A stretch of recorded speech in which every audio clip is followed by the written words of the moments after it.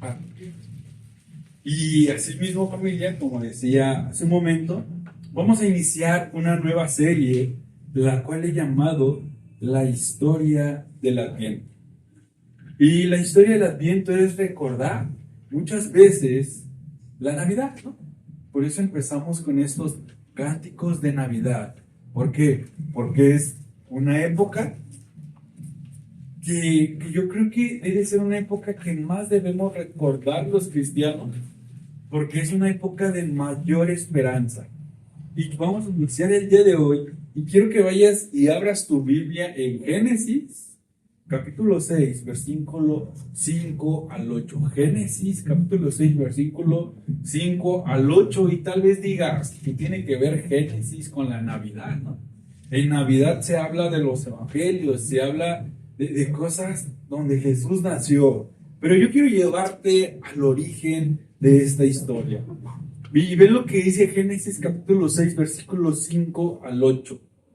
Al ver el Señor que la maldad del ser humano en la tierra era muy grande y que toda inclinación de su corazón tenía siempre hacia el mal, escucha lo que dijo Dios en su corazón. Lamentó haber hecho al ser humano en la tierra y le dolió en el corazón. Entonces el Señor dijo: voy a borrar de la superficie de la tierra al ser humano que he creado. Y haré lo mismo con los animales, los reptiles y las aves del cielo. Y escucha esto. Me duele haberlos hecho. Pero Noé contaba con el favor del Señor. Y esta es la hermosa palabra de Dios, la confrontante palabra de Dios, pero a veces yo creo que la confusa palabra de Dios, ¿no? Porque nadie imagina un Dios que diga estas palabras. Me duele en el corazón. Y sería más doloroso si le pusieras tu nombre. Me duele en el corazón haber hecho a Efraín. Yo sí le diría: Dios, ¿cómo no? O sea, ¿verdad? ¿Podrías leer este pasaje poniéndole tu nombre? Por eso he decidido ponerle como tema la necesidad del Adviento. ¿Y alguna vez te has preguntado cuál fue la necesidad de que Jesús viniera al mundo? Si estamos leyendo que Dios se está arrepintiendo de crear al hombre, ¿había alguna necesidad? Y es por eso que quiero que iniciemos a conocer la historia desde el principio. Porque nadie de nosotros, si quiere conocer una historia o una saga de alguna película, nadie inicia de la mitad o del final. Si tú quieres ver El Señor de los Anillos, lo más recomendable es que empieces desde la 1. Si tú quieres ver Harry Potter, para que vayas entendiendo cada evento, tienes que ver desde la primera película. Porque si no, va a pasar algo.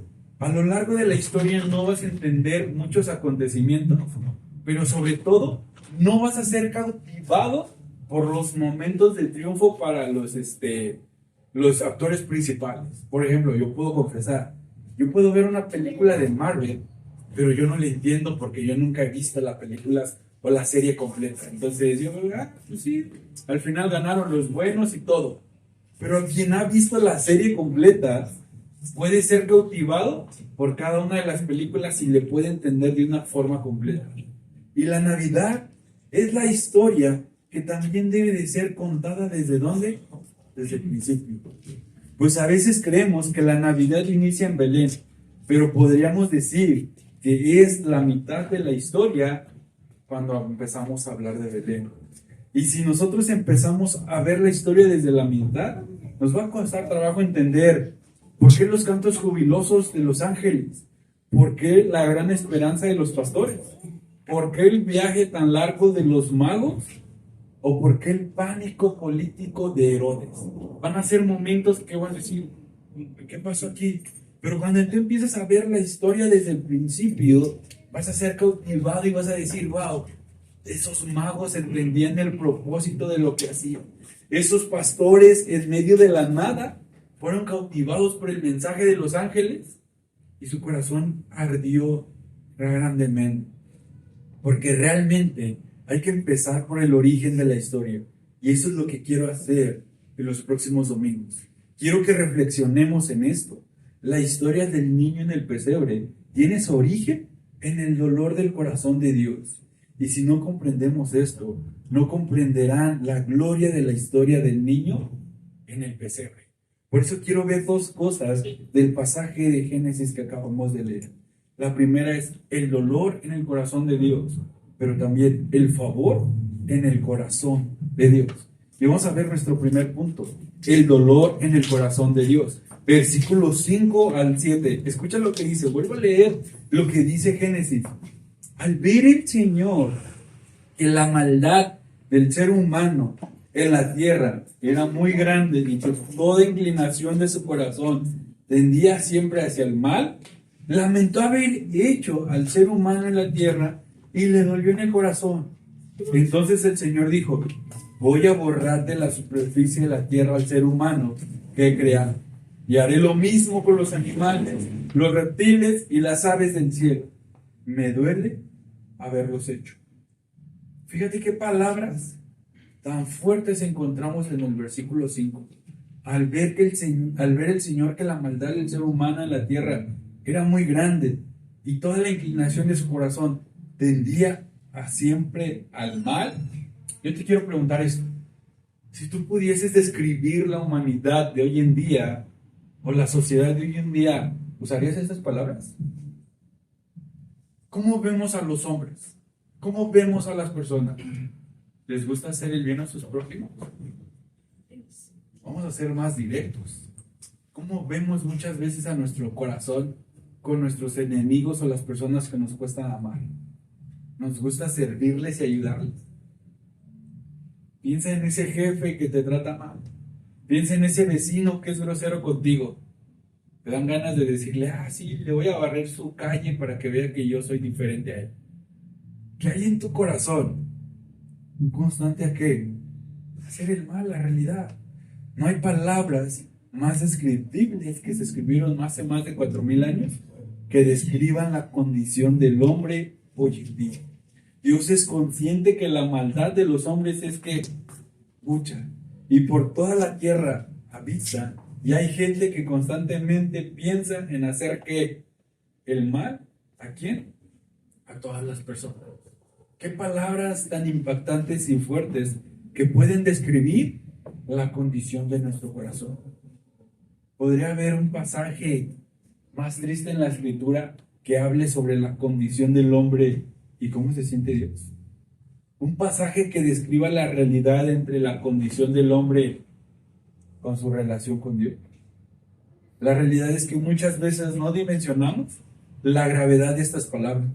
No comprendemos la tragedia que estas palabras pueden traer a nuestra vida o a la vida diaria de las personas.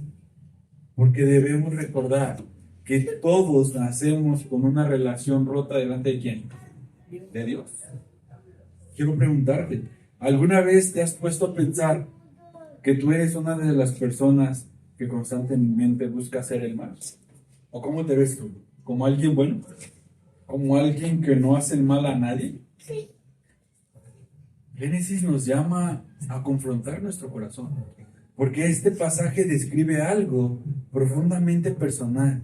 Y si no comprendes este aspecto personal y relacional de lo que se describe en este pasaje, te va a costar entender y ver lo glorioso del niño en Belén en ese pesebre.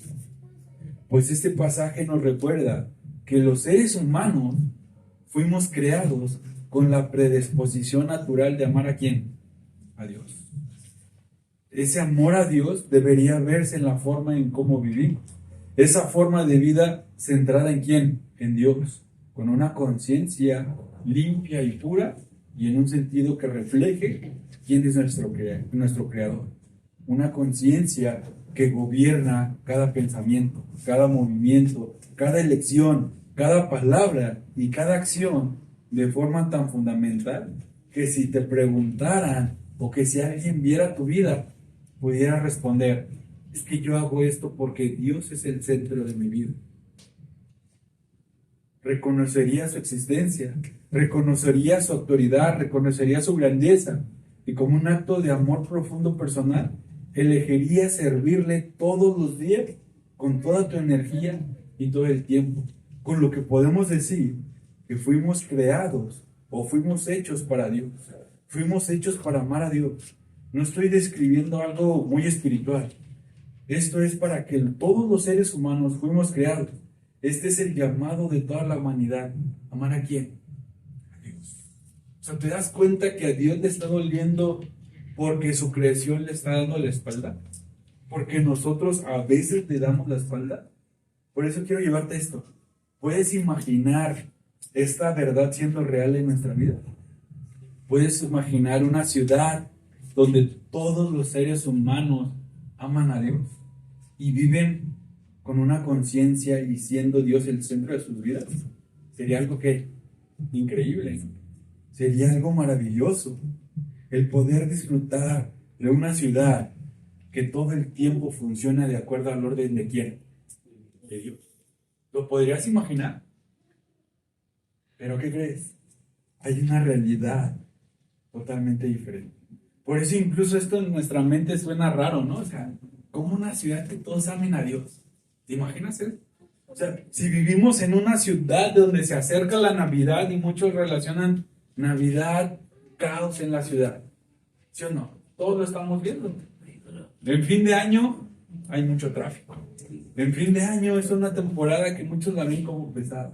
Pero puedes ver esta realidad que si todos amáramos a Dios, ¿funcionaría de forma diferente? Con lo que puedo decir que naciste para amar. Todo lo que hagas en tu vida, donde quiera que lo hagas, siempre, escucha esto, siempre está impulsado y motivado por el amor. Y el amor que debía motivarnos era el amor a Dios. Así es como estamos destinados a vivir. Pero ¿qué crees? Hay una gran tragedia. ¿Por qué? Porque podrías ver que hoy en día nos cuesta trabajo obedecer a Dios. Podrías ver que en realidad no obedecemos a Dios. Eso refleja que hemos cambiado el amor de Dios por el amor hacia la creación o algo de la creación. Porque esa es la pregunta, ¿no? Aquí en Génesis. Entonces, ¿qué pasó aquí en Génesis 6:5? Porque parecía que el amor de Dios se acabó. Pues Dios solo piensa en que en destruir a las personas que Él mismo creó. Pero el problema no está en Dios, en que Dios no ame a su creación. El problema está en que nosotros nos hemos olvidado de quién. O lo podemos decir en otras palabras. Cristo lo resumió de esta forma, y me encanta. Cuando le preguntaron cuál era el mandamiento más importante, ¿qué dijo? Amar a Dios con todo tu corazón y con toda tu alma y con toda tu mente. Y a tu prójimo. O sea, vean cómo nosotros mismos a veces cambiamos el mandamiento, ¿no? Amarás al Señor tu Dios con todo tu corazón, con toda tu mente, y hasta ahí, ¿no? Pero Jesús no se quedó ahí. Jesús dijo, y a tu prójimo como a ti mismo. Pero esto solo refleja el gran problema en nuestros corazones. Esto solo refleja cuál es la raíz del problema en los corazones del ser humano. Pues el mandamiento más importante es amar a Dios. Y ese amor es la raíz para buscar obedecer a ¿quién? Todos los mandamientos de Dios. Escucha esto. Si el amor a Dios es el mandamiento supremo, entonces el mayor mal de todos los males es no amar a Dios. O sea, te das cuenta que en realidad el problema de nuestra sociedad no es ni un problema de educación, no es ni un problema político, no es ni un problema de economía, sino nuestro mayor problema en la humanidad, ¿cuál es? El no amar a Dios. Todo empieza desde ahí, desde que nosotros nos empezamos a rebelar en contra de ¿quién? De Dios. Porque cuando no amo a Dios, no permaneceré dentro de sus límites. No viviré para ¿quién? Para su gloria. ¿Te das cuenta cuál es la raíz de todos tus problemas? ¿Te das cuenta que la realidad de tus problemas empieza cuando le empiezas a dar la espalda a Dios? Por eso ves la necesidad de que alguien transforme nuestra forma de amar, que alguien transforme nuestros corazones. Porque todos nacimos con la capacidad innata de amar. Por lo tanto, si no amas a Dios, le darás ese amor a otra persona o cosa. Nadie en este mundo carece de amor. La pregunta sería, ¿qué cosa estás amando en lugar de Dios? Puedes responderlo en lo profundo de tu corazón. Puedes ir a tu corazón y decir, no soy feliz tal vez porque estoy deseando más dinero del que puedo tener. O no soy feliz porque deseo tener una pareja y cuando tengo una pareja voy a ser feliz. Todo el tiempo estamos deseando cosas. Pero Génesis nos recuerda que hay un problema mayor. Que hay un problema de amor en nuestros corazones. Porque hemos direccionado mal el amor. Escucha lo que dijo 2 Corintios 5:15. Y Él murió por todos, para que los que viven ya no vivan para sí, sino para que el que murió por ellos y fue resucitado. Este pasaje nos recuerda que en realidad todos amamos o somos personas que vivimos amando algo en la creación.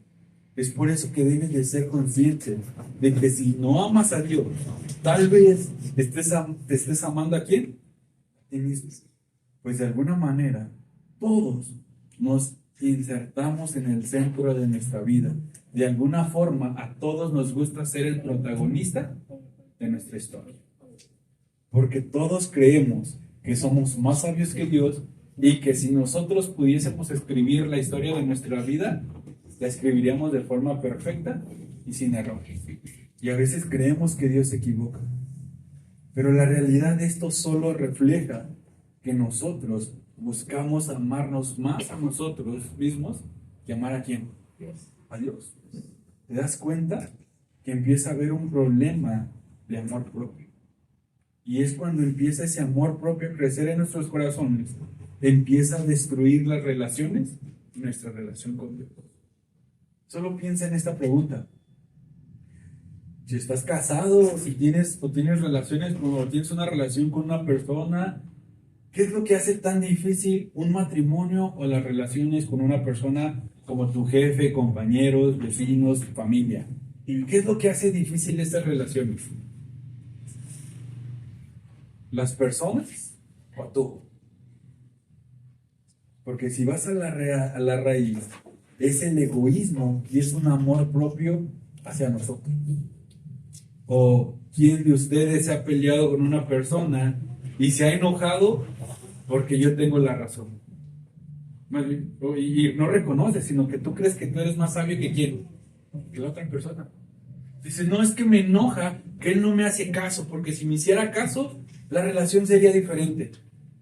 ¿Te das cuenta que eso solo refleja que el amor propio que hay con quién? Con nosotros. O sea, ¿por qué te enojas con las personas de tu trabajo? Porque crees que son menos hábiles y si hicieran las cosas como tú las haces, todo funcionaría que mejor. O sea, ¿puedes ver eso en lo profundo de tu corazón? Escucha esta pregunta que hace un comentarista. ¿Acaso no es este amor propio lo que tan rápidamente reemplaza el amor a Dios? ¿Qué es lo que hace tan difícil la crianza de los hijos? Has creado niños con mucha autonomía. Quieren dictar sus propias normas, quieren poner sus propias reglas. Nunca, es más, y lo pensé cuando dije, como hijo nunca lo haría, ¿no? Nunca ninguno de mis hijos me dijo, papá, si me pusieras más reglas, si tuvieras más autoridad en mi vida, me sentiría mucho más seguro. No, nadie decimos eso porque nosotros nos creemos más seguros que quién, que otra persona. Los papás creen que sus reglas son correctas y perfectas porque aman a Dios. A veces queremos imponer la autoridad por nosotros mismos y nos olvidamos de quién, de Dios. O sea, ¿te das cuenta que fácilmente cambiamos el amor de Dios por un amor propio? Piensa en esto. Cada acto de asesinato y violencia tiene su raíz ¿en dónde? En el amor propio. Cada momento de avaricia tiene su amor y tiene su raíz, ¿en dónde? En el amor propio. Cada chisme que tú haces o inventas tiene su raíz ¿en dónde? En el amor propio. Cada acto de desobediencia a los padres, a Dios o a cualquier persona tiene su raíz ¿en dónde? En el amor propio. Cada momento de inmoralidad sexual tiene su raíz ¿en dónde? En el amor propio. Cada adicción tiene su raíz ¿en dónde? En el amor propio. ¿Por qué? Porque creemos que es la forma en que nos vamos a hacer más felices. Pero en realidad, nadie nace algo pensando en destruirse la vida. Lo puedes ver con alguien que es adicto a una droga. Uno piensa y dice, quiero hacerme adicto para destruir mi vida y terminar aquí. No, cuando alguien se pone en inmoralidad sexual, no he escuchado a alguien que diga, quiero ser infiel a mi esposa para tener problemas en mi matrimonio. No, lo hace, ¿por qué? Porque cree que eso le va a dar felicidad. La maldad en el mundo ha ocurrido porque ya no amamos a Dios como deberíamos y nos queremos amar más a nosotros mismos. Y lo quiero que lo veas en la práctica de tu vida diaria. Solo piensa en qué te motiva a hacer cada una de las cosas que te hace feliz. ¿Lo haces porque amas a Dios? ¿O lo haces porque te amas tú y necesitas ser feliz? Porque Génesis 6:6 nos recuerda que el amor propio provoca dolor en el corazón de Dios. Pues nos diseñó para amar, no nos diseñó para amarnos de esa manera. Y escucha esto. ¿Sabes que Dios ama a sus criaturas porque su corazón se entristece? Si amas a alguien y te da la espalda, ¿qué pasa en tu corazón? ¿Qué pasa en tu corazón cuando te sientes traicionado por un amigo? ¿Te da alegría? ¿Te sientes feliz? ¿Te sientes como? ¿Te viste? Dios demuestra no solo su soberanía, su sabiduría y su omnipotencia, sino que también su amor maravilloso al llorar por la traición, porque la vida humana estaba destinada en una forma fundamental a hacer una hermosa relación de amor entre Dios y ¿quién? El hombre. ¿Puedes pensar esto? Que fuiste creado no para vivir para ti, sino para vivir en una relación con Dios. Y ahí vas a encontrar la verdadera felicidad. Y ahí vas a encontrar la verdadera fuente de amor. Por eso quiero que pienses esto. Puedes darte cuenta que cuando vives bajo tu propia voluntad y bajo tus propios principios, estás rechazando a Dios. Lo que en realidad estás haciendo es que entristecer el corazón de ¿quién? De Dios. Pues estás pecando directamente ¿contra quién? Contra Dios. Dios lo entiende. Todo pecado, escucha esto, todo pecado es que vertical. Jamás has cometido un pecado puramente horizontal. Nunca vas a cometer un pecado donde ofendas solamente a las personas y no a Dios. Eso es contradictorio. Todo pecado es olvidarlo. Todo pecado es negar a amarlo. Todo pecado es rechazar su presencia, su gloria y su autoridad. Todo pecado es vertical también. Por eso David, al confesar su pecado de asesinato y adulterio, ¿qué dijo? Contra ti solo he pecado y he hecho lo malo delante de tus ojos.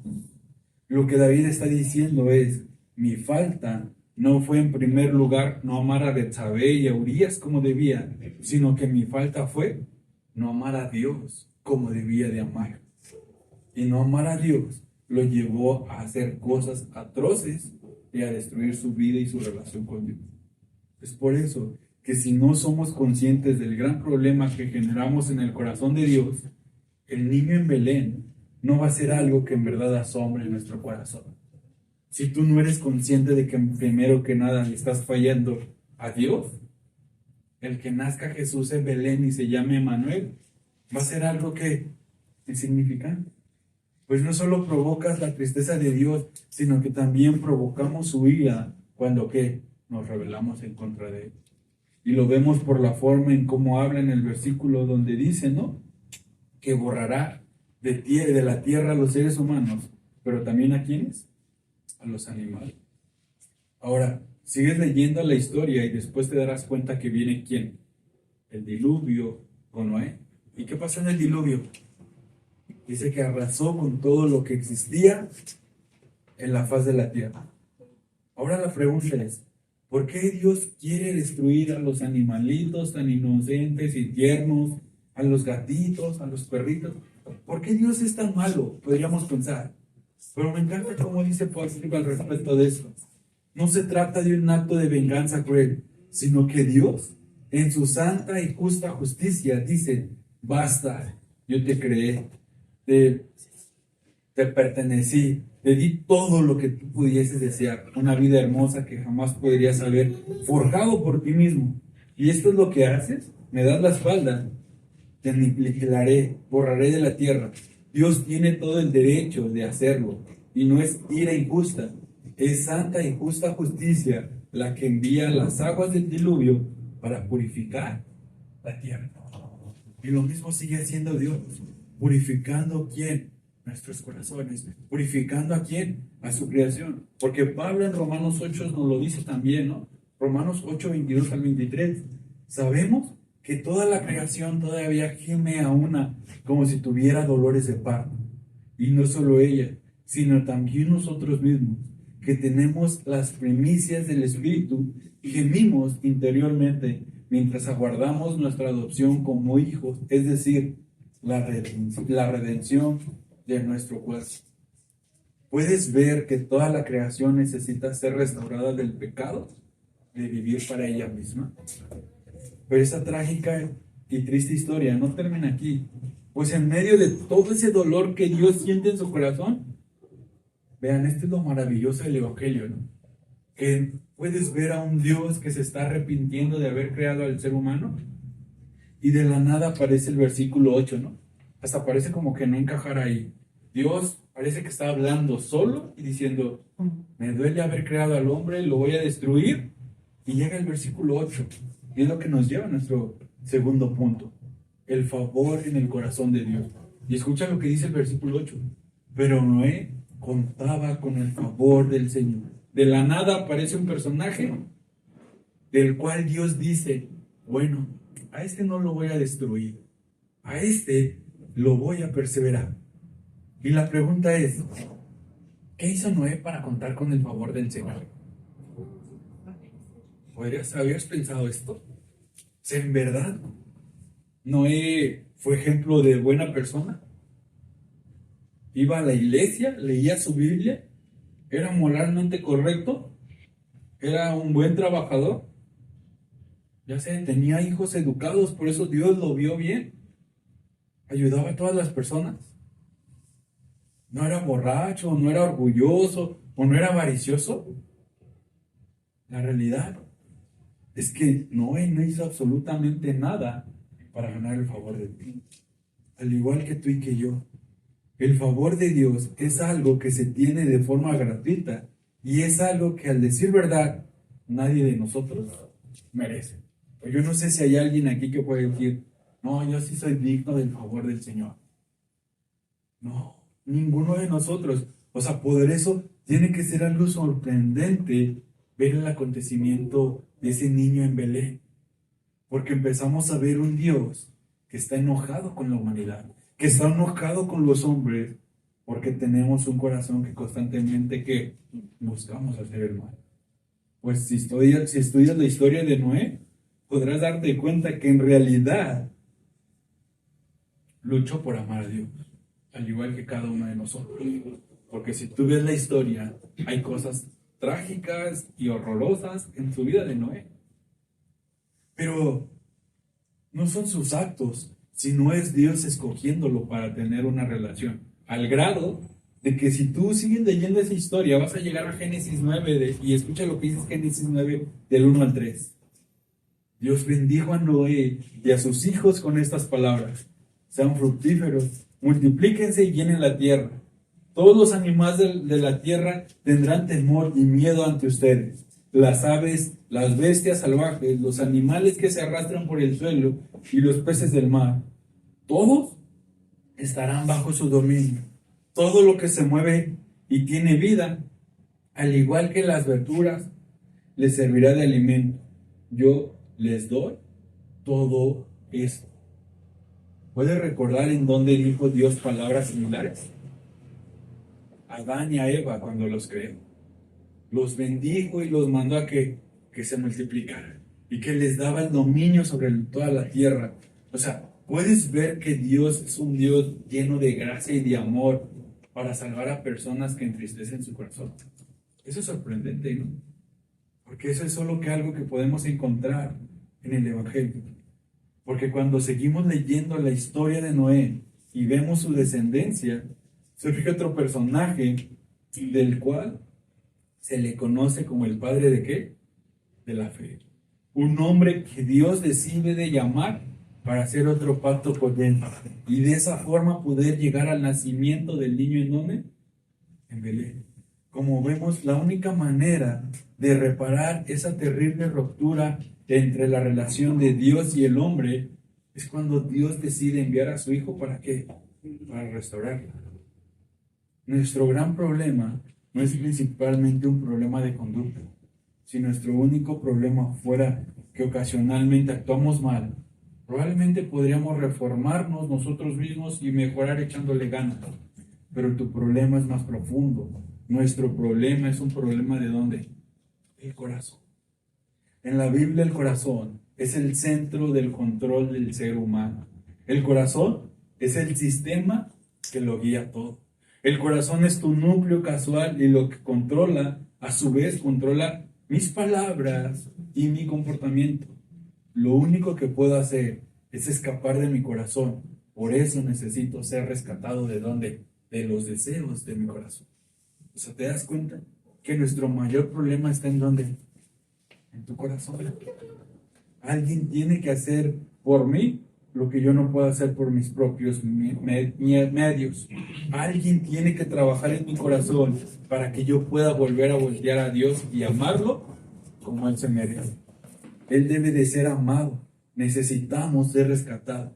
Entonces es cuando Dios envía a su Hijo, el Señor Jesucristo, para que se enfrente a todas las realidades de la vida en un mundo caído, pero para que en medio de todo ese sufrimiento y toda esa tentación, viva una vida absolutamente como perfecta.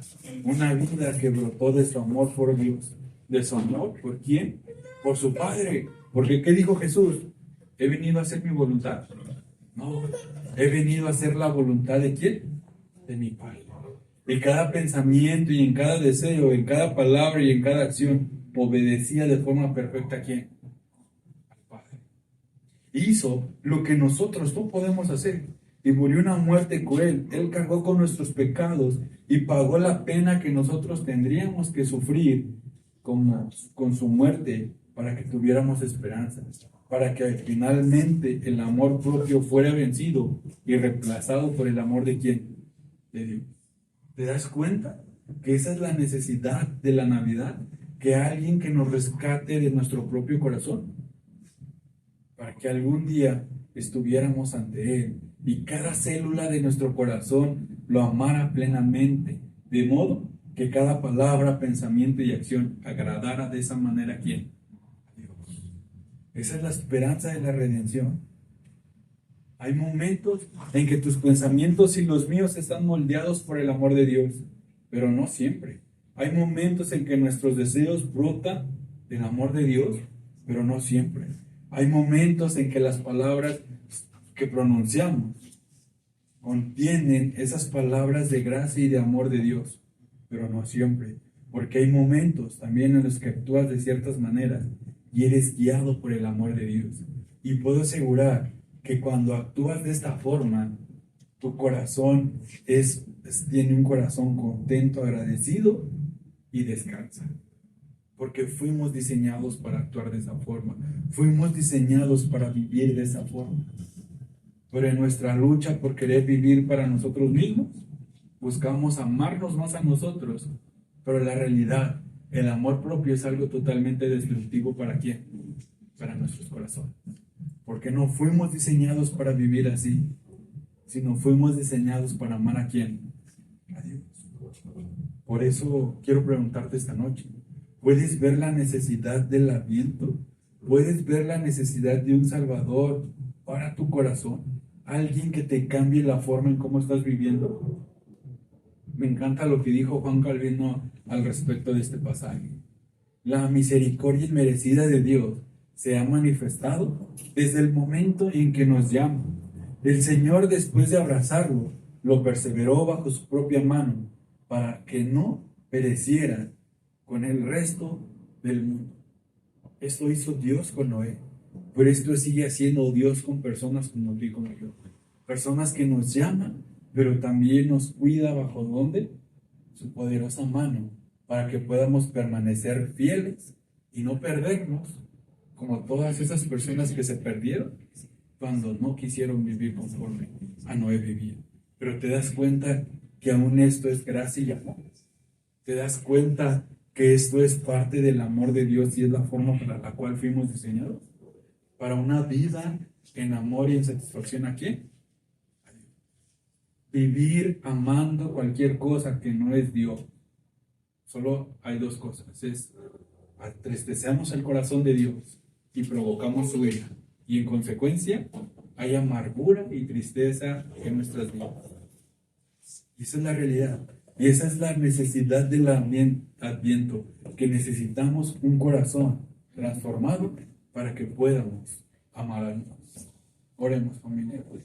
Padre, te damos gracias, porque a pesar de que tienes todas las credenciales,